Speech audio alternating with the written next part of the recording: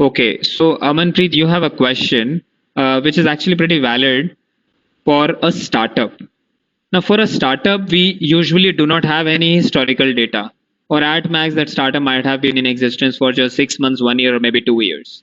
So the projections in those cases are actually very volatile.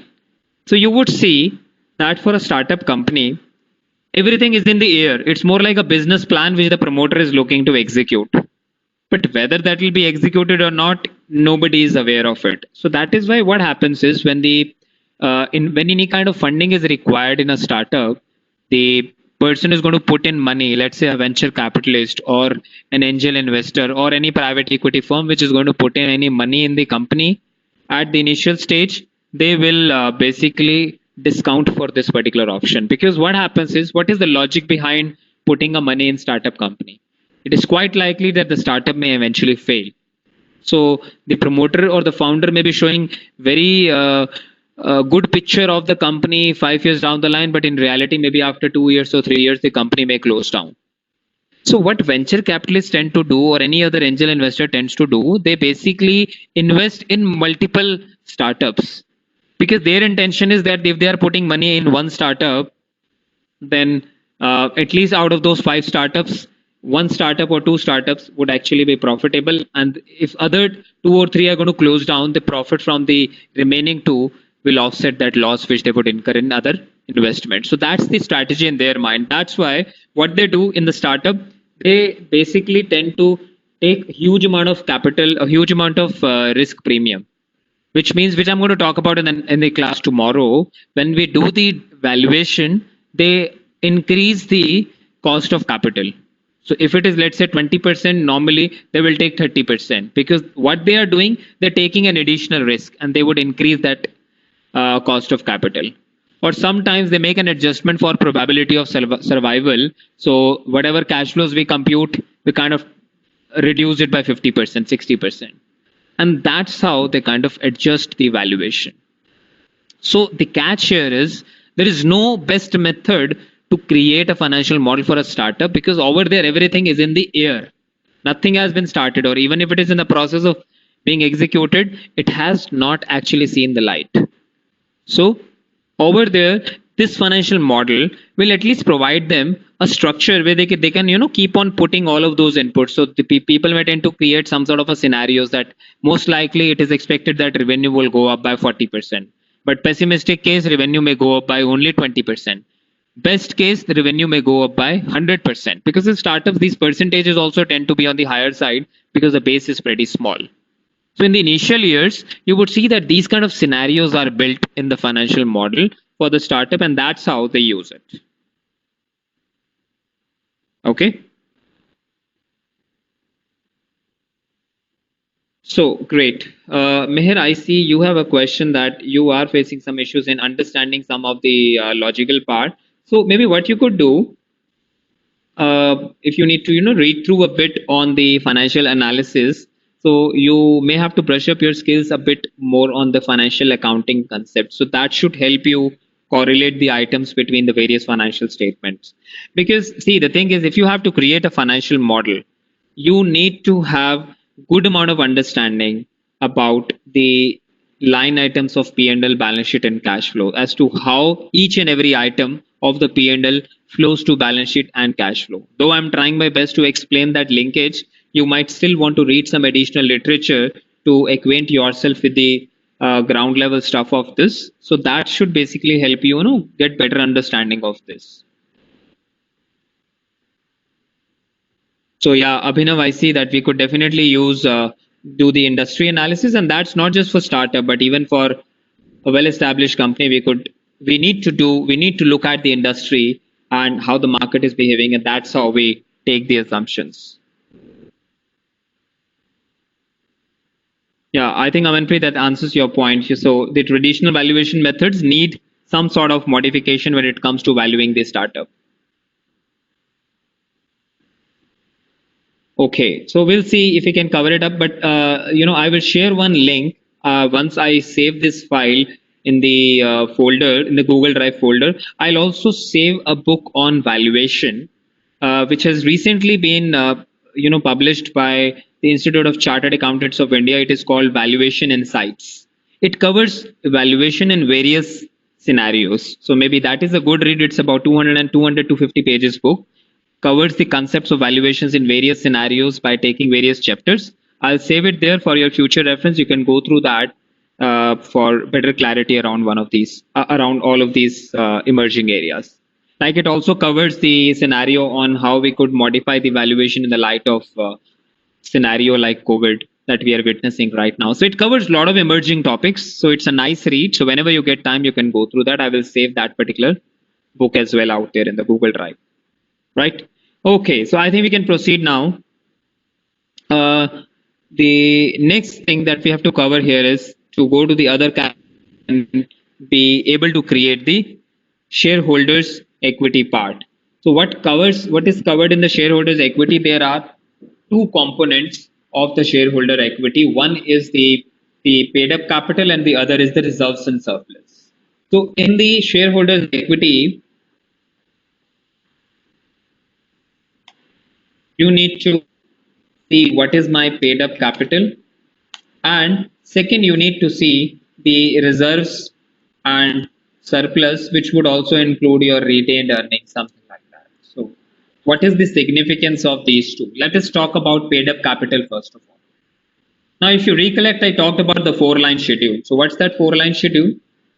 It is basically starting with an opening balance plus additions minus reductions, and that gives you the closing balance. That's how the typical 4-line schedule looks like. So for a paid up capital, what is going to be your 4-line schedule? If you have to create it this way, what is going to be your 4-line schedule? You will have an opening balance, then you would have addition. What increases your paid up capital? Any capital infusion, any equity infusion that happens in the company is going to increase your paid up capital. Any kind of buyback or capital reduction that happens in the company is going to reduce your paid up capital, and that gives you the closing balance of paid up capital. This is how the 4-line schedule of paid up capital is created, right? So let's have a look at this table above. In the current example, we are going to create the paid up capital schedule over here. So to begin with, the paid up capital opening balance will be equal to the closing balance of previous year. Same logic as I've been discussing in all other sheets as well. So opening balance is going to be equal to closing balance of the previous year. So it is this formula that I put here.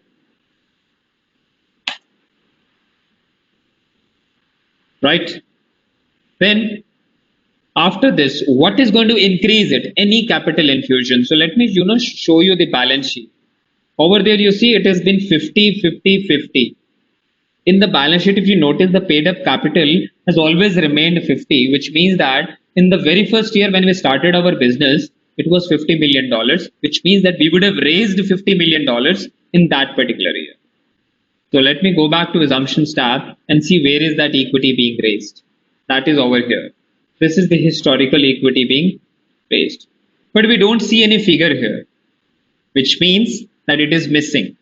We need to put that $50 million over here. So please put $50 million of equity infusion in this assumption tab, because we actually raised an equity of $50 million in 2016 and we did not raise any additional equity going further, because you can notice in the balance sheet we have got the flat $50 million number all across, because if you see here in the balance sheet in row number 20, we've got a flat 50 million number in all of these years. So it means that we raised only $50 million in the first year and then did not raise any additional amount going forward. All right, great. So let us go back to the other. It is going to be equal to equity infusion from assumptions tab divided by 10 raised to the power 6. So that gives you the fresh capital infusion which has happened in the company to give you a closing balance, which is summation of these two. You notice that in this example, I don't have any buyback, I don't have any capital reduction. So there is no reduction component over here. So it is only the opening balance plus fresh equity infusion, which you can drag on the right hand side like this. So it's going to remain same in all of these years. If there is any fresh equity infusion, then that would automatically be captured if you put that input in the assumptions tab. So if the moment you're going to include it there, it will automatically flow over here as well. Okay. Yeah. So Saurabh, to your point, if we are evaluating a company to raise a capital, then we would need to assume the capital infusion in that particular year. Now, how would you decide on that? Let's say the financial model has been created and you look at the cash flows. You see that the company is going to spend huge amount of capex in 2019 and it doesn't have sufficient cash. So the net position of cash at the year end is, let's say, negative 100, which means that the company would be in a need to raise a capital of $100 million. So then is the time for you to decide that how you're going to arrange that $100 million. Is it going to be completely from equity infusion, or it is going to be a mix of debt and equity? So you would go and make the changes in the assumption so that your cash position becomes positive, because you can't have a negative $100 million in cash in your model. That is the beauty of the model, that it gives you the real picture if you take certain action. So once you see that the cash is negative, it is going to quickly tell you that you raise a loan of $100 million or you raise an equity to settle that amount and make the cash positive. Right? This is how we use the financial model at the end. So if there is any number, that will flow in the assumptions tab and automatically it will flow over here in the corresponding schedule. Okay. And then comes the retained earnings schedule, or what we call as the reserves and surplus schedule. So I'm going to apply that 4-line schedule logic over here as well. So if I have to pick this, number on reserves and surplus to cover the retained earnings, then it is going to look like this. You would first have the opening balance, then you would have additions. Now, what is going to increase your reserves and surplus? So if you go back to the P&L, you notice that the company is generating some profit of $5 million in 2019. That $5 million is an addition to the shareholders' equity, because so what net profit you generate, net profit belongs to equity shareholders.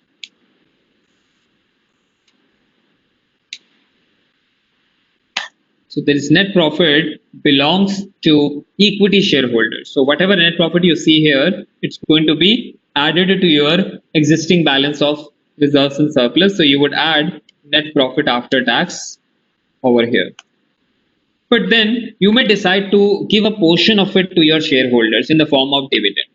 So if you decide to pay them some dividend, that is going to reduce your balance, because if you give it back to them, it is going to reduce that reserves and surplus. So you have certain reserves which you are going to utilize to repay or to pay them dividend in any particular year. And that finally gives you the closing balance. So if I put the formula here, let's say I'm going to do it from here. So the opening balance will be equal to closing balance of previous year, very similar to what we did before. Then we're going to add the net profit for that particular year. Let's say in 2016, I've got the net profit out here as 4. I'm going to add that number, and then I'm going to subtract the dividend payment that we might have paid to the equity shareholder. So in the assumptions tab, we've got the dividend payment amount, which is 0, which means that we haven't paid any dividend. But whatever it is, in case you wish to take a decision going forward that I'm going to pay a dividend, it should be taken in the assumptions tab. Let's say in 2019, I want to pay a dividend of $5 million. You put $5 million in the assumptions tab and it will be automatically taken over here to give you the data for reserves and surplus, or what we call as retained earnings. And then this can be dragged on the right hand side, and you see that This is how it is going to stack up. But whenever you create the schedule for the historical data, it is important that you compare it to the balance sheet as well. Like it is 4657. We can see that over here also it is 41657. It is working fine over here. So these items, the balance items from 19 to 2023, we can now plug in the balance sheet. So this is how the reserves and surplus schedule would be created. Right? So what you need to do as the next step, this closing balance of paid up capital, you would go to the balance sheet and flow it over here. So 2019 closing balance is available out here in H7, which is this, and this thing, the retained earnings, so the reserves and surplus, that value is 62. That'll come over here. And that gives you the total shareholders equity, which you can drag on the right hand side. So now you see at this point in time, we have completed the overall P&L. We have completed the overall balance sheet. Just one item is missing, and that is cash. Other than cash or maybe the bank overdraft, that's more like a cash component. Other than that, nothing else is missing, and we have completed the P&L and balance sheet in a stepwise manner. So what is important for you to understand is that when you work on a financial model, this is the sequence in which you could build that model. So it gives you a coherency in terms of building the model in a chronological way. You know the step number 1, step number 2 and 3 and 4. So it gives you a discipline in terms of way you approach the creation of financial model. All right. So that's it from my side for today. What we are going to do when we meet tomorrow, we will work upon the cash flow statement to begin with. We would flow the cash number in the balance sheet. And at that point in time, I would show you that the balance sheet check, which you see right now in row number 45, right now it is false. But at that point in time, it's going to be true and it would tally. And then we will do the valuation using the final output. So that's how the overall model would, the output would be used for valuation, and we would also run some sort of sensitivity analysis. All right. So that's it from my side. Thank you very much. What I'm going to do, as always, I'm going to save all of these sheets in the same Google Drive link that I shared before. So after 15 minutes or so, you can go back to that Google link and download all of these Excel files. All right. Thank you very much.